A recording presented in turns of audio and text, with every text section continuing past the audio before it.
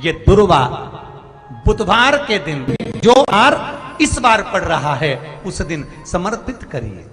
41 दुर्वा प्रत्येक बुधवार को गांठ लगाकर गणेश जी को समर्पित कर कर वापिस उठाकर उस दुर्वा को खाली पेट, आपके घर में भी गणेश जी होंगे उनको समर्पित करो, खाली पेट इस दुर्वा को केवल चबा चबा कर खा लो और आधे घंटे बाद पानी को पी लो। बुधवार की बुधवार 5 बुधवार करना, गणेश जी को चढ़ाना, सफेद दुर्वा को गणेश जी को समर्पित कर कर चबा चबा कर खाना। उदर की प्रॉब्लम, जो भी मसा आदि की प्रॉब्लम होती है उदर से जुड़ी हुई होती है, जिस चीज से जुड़ी होगी, पेट की जितनी प्रॉब्लम होगी, आपको जितनी भी प्रॉब्लम होगी वो सारी 5 बुधवार करना, छठे बुधवार को जरूरत ही नहीं पड़ेगी। चर्म रोग हो और विवाह हो जाना कितना कठिन है, पर उसकी कृपा जब होती है सब कार्य अपने आप होने लगते, अपने। सोचो नहीं वो भी हो जाए तो समझ लो शंकर जी की बड़ी उदारता है, शिव जी की बड़ी कृपा है। जो सोचा नहीं तो भी हो गया। आप में से कई माताएं भाई ऐसे होंगे जिन्होंने सोचा ही नहीं होगा कि हम क्या इतने करीब में बैठकर शिव महापुराण की कथा सुन लेंगे। तो ये तो सोचा ही नहीं तो भी हो रहा। अपाला का विवाह हो गया, चली गई, विवाह कर कर अपने पति के गांव घर, पर शरीर में रोग और बढ़ता चले गया। चर्म रोग इतना बढ़ गया कि शरीर में गंध आने लगी। पति ने ले जाकर उसको जंगल में छोड़ दिया। जंगल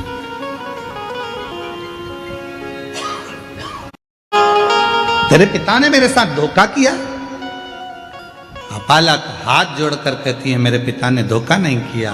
पिता ने तो कहा था मेरे शरीर में चर्म रोग है, पर आपने कहा कि सुंदर है मैं इससे विवाह करूंगा, करा, रोग बढ़ा, धक्का देकर निकाल दिया बाहर। जंगल में घूम रही अपाला, कहाँ जाऊं, किसके पास जाऊं। फिर मन में आया कि पति ने निकाल दिया, पर पिता थोड़ी ना शरीर देखता है, माता थोड़ी ना शरीर देखती है। माता पिता तो ऐसे होते हैं, अगर बच्चा बेकार भी है, उसको कोई रोग भी है, तो भी माँ बाप उससे दूर नहीं हटते, उसको करीब रखते हैं, करीब रखते हैं। माता पिता थोड़ी ना दूर करते।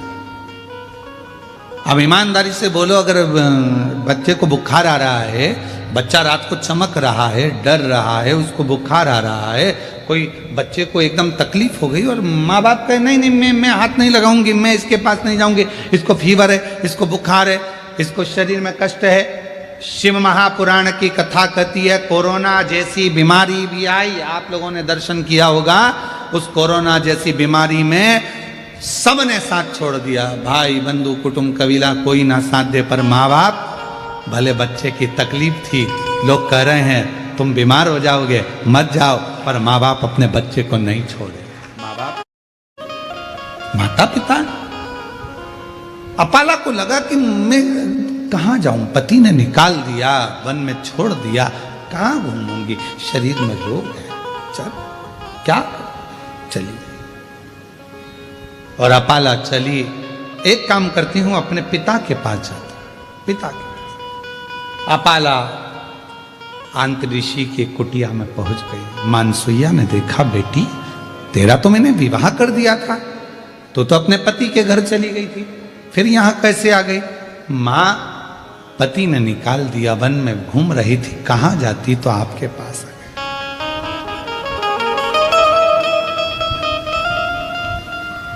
मेरी जीजियों, मायका मां से होता है,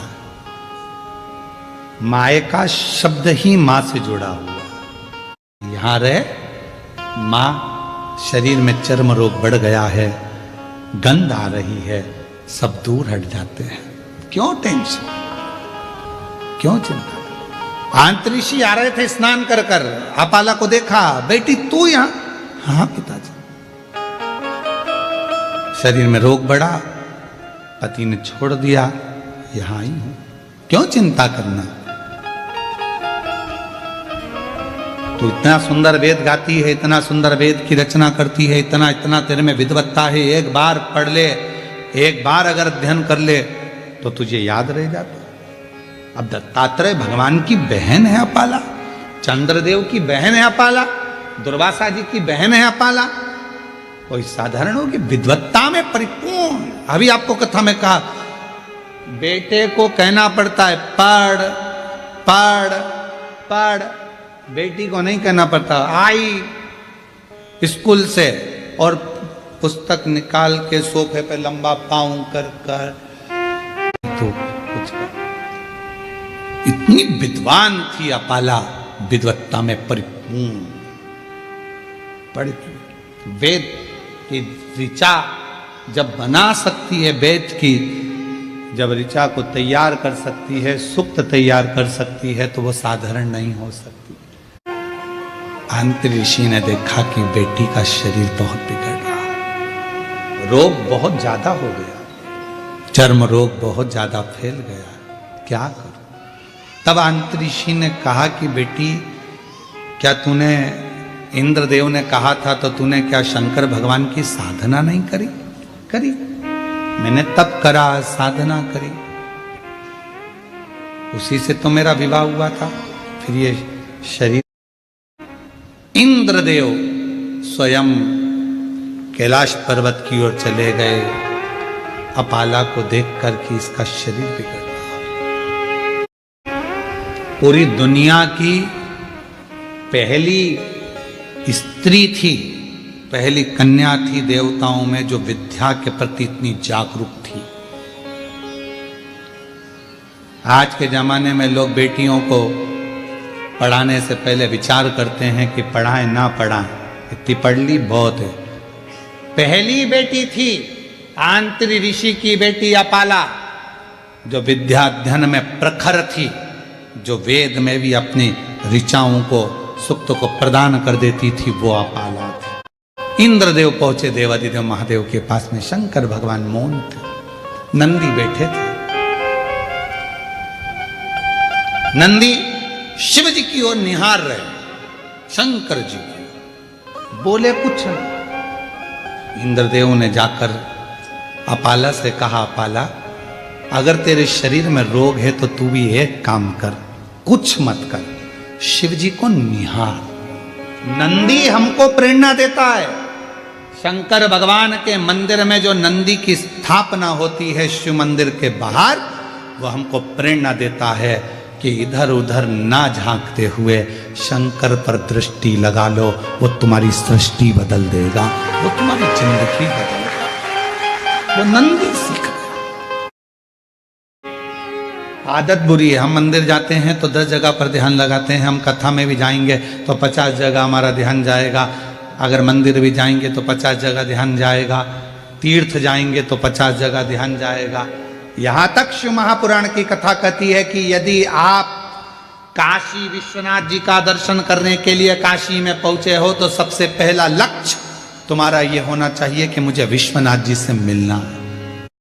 रहते हो, कुछ भी रहता हो, और आप शंकर जी के मंदिर से जब वापिस आओ तो किसी के दरवाजे पर रुकना नहीं, सीधे अपने घर पर आना, क्योंकि शिव जी को जब जल चढ़ाकर लोटा जो लेकर जाते हो, पानी का लोटा लेकर जाते हो, कलश लेकर जाते हो, एक लोटा जल लेकर जाते हो, जब शंकर भगवान को चढ़ाते हो तो शिव जी ने लक्ष्मी को वर दिया था भगवान नारायण को देने से पहले कि लक्ष्मी जो मेरे मंदिर में आकर एक लोटा जल चढ़ाएगा उसका पात्र खाली नहीं जाना चाहिए, उस पात्र में तुम बैठकर उसके घर तक जाओगी। अब मालूम पड़े हम पड़ोसी क्या रुक गए, बहन क्या रुक गए, रिश्तेदार क्या रुक गए, नातेदारों क्या रुक गए, वहां बैठकर बात करने लगे तो अपना जल की जो लक्ष्मी होती है, पात्र की जो लक्ष्मी होती है, वहां रुक जाती।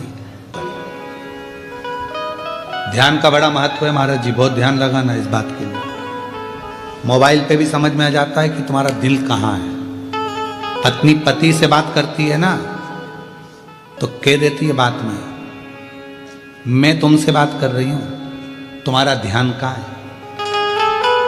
इतनी दूर वो मायके और तुमसे बात कर रही है तो कह रही है कि तुम्हारा ध्यान का है, मैं तुमसे बात कर रहा हूं। फिर पति पति सूझ में आता है। शिव तप से ज्यादा पूजन से प्रसन्न होते हैं, शिव साधना से ज्यादा पूजन से प्रसन्न होते हैं। तो एक काम कर, शिव मंदिर तो रोज जाती है, शंकर की आराधना करती है, शिव के ऊपर एक लोटा जल समर्पित करना प्रारंभ कर। जल, हाँ, अपाला ने एक लोटा जल चढ़ाना चालू करा। आज इंद्रदेव भगवान शंकर के पास पहुंच गए, शिव के नेत्र खुले हुए थे।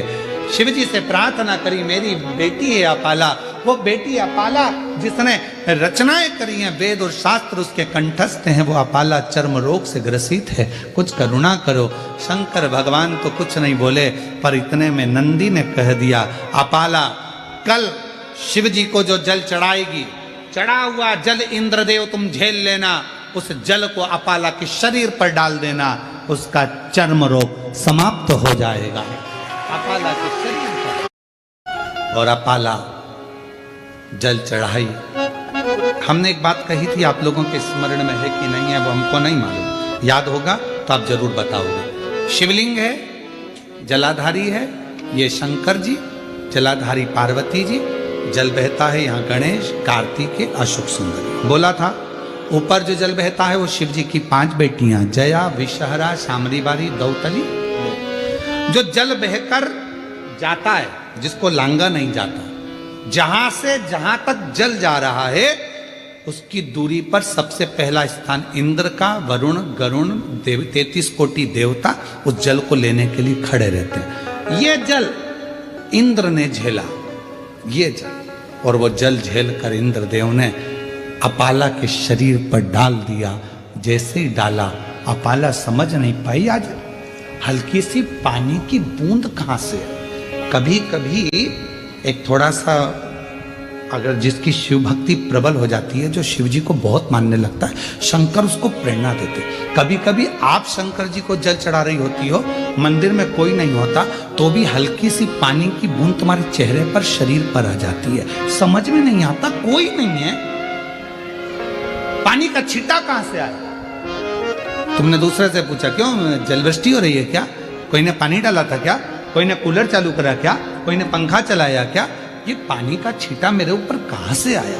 तुम्हें समझ नहीं आता, तुमने जो शिव जी को जल चढ़ाया है, भक्ति से जो मांगा था, इंद्र ने वो ले जाकर तुम्हारे ऊपर ही सिंचन कर कर तुम्हें दुख से मुक्त करा। मुझे छोड़ दिए। तब शंकर के मंदिर में जब आप बैठे हो या जल चढ़ा रहे हो, तो वहां की जो रज है, वहां की जो मिट्टी है, वहां का जो कण है, वहां की जो रज है, मिट्टी है, उसको भी अगर अपने मस्तक पर चढ़ाओगे तो निश्चित है उस रज में ना जाने कौन सा शिव भक्त अपने मस्तक पर त्रिपुंड लगाकर आया होगा, शरीर पर भस्म लगाकर आया होगा। वो भस्म की कण जमीन पर गिरी होगी, वो कण जब हमारे शरीर पर लगेगी तो निश्चित है कि तुम्हारा दुख कटेगा जरूर, वो दुख समाप्त जरूर, दुख समाप्त।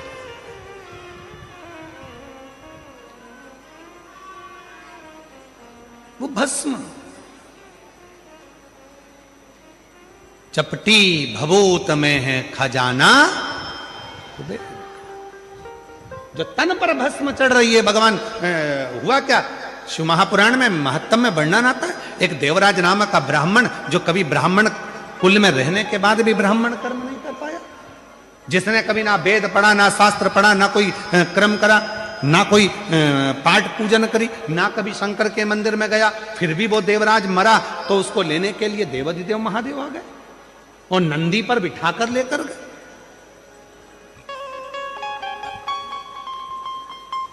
क्यों, किस लिए, क्या कारण था? केवल एक कारण, देवराज नाम के ब्राह्मण की माता शिव के मंदिर में जाती थी, शंकर के मंदिर में झाड़ू लगाती थी, शंकर के मंदिर में पोछा लगाती थी, शंकर के मंदिर में जल चढ़ाती थी, शंकर के मंदिर में जाकर आराधना करती थी। और वो देवराज नाम का ब्राह्मण, जो ब्राह्मण कुल में जन्मा था, ब्राह्मण के घर में जन्म लेने के बाद भी ब्राह्मण कर्म नहीं कर पाया, ब्राह्मण कर्म से वंचित रह गया, चोरी करता, घर में अच्छी पत्नी थी, बच्चे थे, कुटुंब था, इसके बाद भी पर स्त्री का गमन करने गया और एक दूसरी स्त्री के कहने पर रानी के गले का हार चुरा कर लेकर आ गया।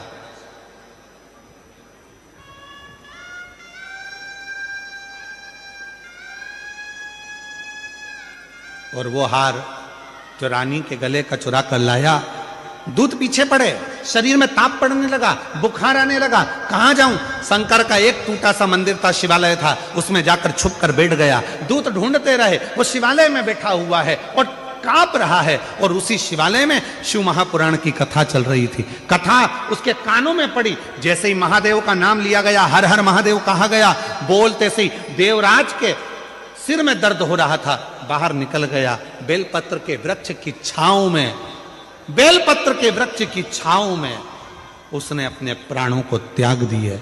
और जैसे ही प्राण त्यागे, मेरे ओघड़दानी उसको नंदी पर बिठाकर ले जा रहे हैं।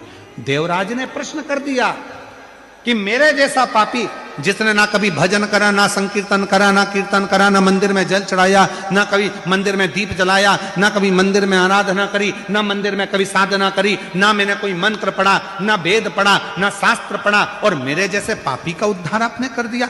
ऐसा मैंने करा क्या? तब भगवान देवाधिदेव महादेव ने डमरू का नाद कर कर कहा, देवराज तूने कुछ नहीं करा, पर तेरी माता मंदिर जाती थी, जल चढ़ाती थी, और जब घर आती थी उसके शरीर में,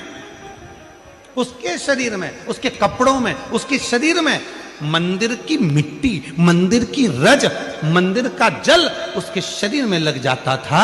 और वो जब घर आती थी, वो रज उसके घर में चारों तरफ फैल जाती थी। उस रज के छूने से तेरी बुद्धि सही हो गई और तू चोरी का धन लेकर भी शंकर के मंदिर में चले गया और वहां तेरा उद्धार हो गया। वो रज में इतनी महत्व था,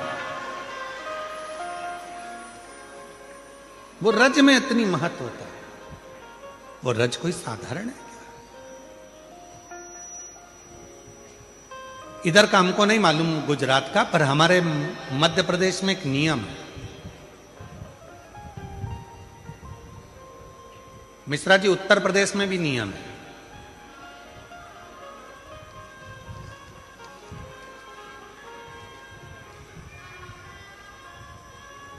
इधर गुजरात का छोटू भाई हमको नहीं मालूम है, परंतु हमारे उधर मध्य प्रदेश में, उत्तर प्रदेश में, सेंगर जी तुम कहाँ के हो हमें नहीं मालूम, तुम भी उत्तर प्रदेश के हो गए, हाँ तो तुम्हारे कोई मालूम होगा। उधर साइड में एक नियम है, जब कोई बड़ा तीर्थ कर कर घर आता है ना कोई व्यक्ति, तो उसके कपड़े की रज शरीर पर दूसरे लोग मलते हैं।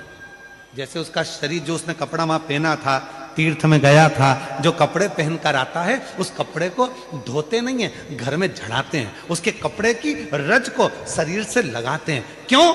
हम तो बद्रीनाथ नहीं गए, हम केदारनाथ नहीं गए, हम अमरनाथ नहीं गए, हम सोमनाथ नहीं गए, हम द्वारका नहीं गए, हम रामेश्वरम नहीं गए, हम जगन्नाथ नहीं गए, पर जो होकर आया है उसके कपड़े में जो रज लगी होगी वो मंदिर की ही तो रज होगी। जब हमारे शरीर से लगेगी तो हम जैसे जीवों का भी कल्याण कर देगी, इसलिए उस रज को लगा, रज को लगा।